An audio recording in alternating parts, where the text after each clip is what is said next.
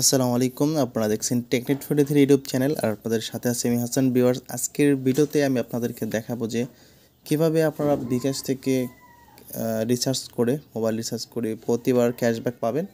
তো ভিউয়ার্স, চলুন ভিডিওটা শুরু করি। আর ভিডিওটা শুরু করার আগে একটি কথা না বলে নয়, যারা এখন পর্যন্ত আমার চ্যানেলটাকে সাবস্ক্রাইব করেন নাই প্লিজ চ্যানেলটাকে সাবস্ক্রাইব করবেন আর পাশে থাকা বেল বাটনে প্রেস করবেন যাতে পরবর্তী ভিডিওগুলো আপলোড করার সাথে সাথে আপনাদের কাছে নোটিফিকেশনগুলো চলে যায়। তো ভিউয়ার্স, সেজন্য আপনাকে যেটা করতে হবে, আপনাকে অবশ্যই একটি বিকাশ মার্চেন্ট অ্যাকাউন্ট থাকতে হবে এবং এই বিকাশ মার্চেন্ট অ্যাকাউন্টে আপনি প্রথমে লগ ইন করে নেবেন।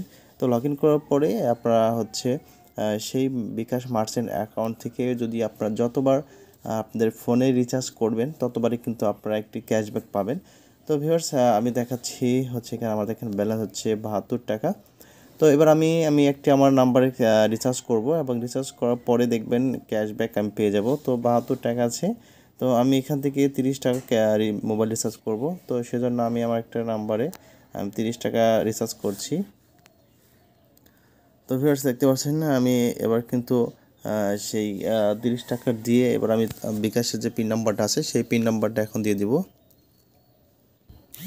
তো আমি পিন নাম্বার দিয়ে এবার নিচে করুন, এখানে আমি একটা ক্লিক করব। ক্লিক করার পরে দেখতে পাচ্ছেন যে সর্বমোট হচ্ছে 30 টাকা, নতুন ব্যালেন্স হচ্ছে 42 টাকা। তো আপনারা অবশ্যই দেখতে পাচ্ছেন আমার কিন্তু ব্যালেন্স কিন্তু 42 টাকা থাকবে 30 টাকা রিচার্জ করার পর। তো এবার আমি মোবাইল রিচার্জ করুন, নিচে যে ট্যাপ করার অপশন আছে এখানে আমি যদি ট্যাপ করে ধরে থাকি তাহলে কিন্তু রিচার্জ হয়ে যাবে। তো দেখতে পাচ্ছেন আমার যে একটা টেলিটক নাম্বার আছে সেখানে আমি 30 টাকা রিচার্জ করলাম। রিচার্জ করার পরে আমার কিন্তু ব্যালেন্স দেখতে পাচ্ছেন উপরে কিন্তু ক্যাশব্যাকের যে SMS-টা কিন্তু চলে আসে 30 পয়সা।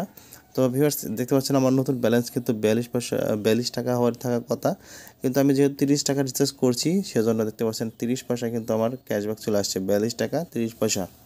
তো এভাবে আপনি যতবার রিচার্জ করবেন, যত অ্যামাউন্ট রিচার্জ করবেন, যদি আপনি 100 টাকা রিচার্জ করেন তাহলে কিন্তু আপনি 1 টাকা ক্যাশব্যাক পাবেন। তার মানে আপনি যত রিচার্জ করবেন তার শতকরা আপনি 1 টাকা আপনি ক্যাশব্যাক পাবেন। 1000 টাকা রিচার্জ করলে আপনি 10 টাকা ক্যাশব্যাক পাবেন। তো ভিউয়ার্স, আশা করছি সবাই ভিডিওটা বুঝতে পারছেন। যদি আপনারা ক্যাশব্যাক পেতে চান অবশ্যই কিন্তু বিকাশ যে মার্চেন্ট অ্যাকাউন্ট আছে সেইটা থেকে আপনাকে কিন্তু মোবাইল রিচার্জ করতে হবে। ভালো থাকুন, সুস্থ থাকুন, দেখা হবে অন্য একটি ভিডিওতে। আজকের মতো বিদায় নিচ্ছি। আসসালামু আলাইকুম।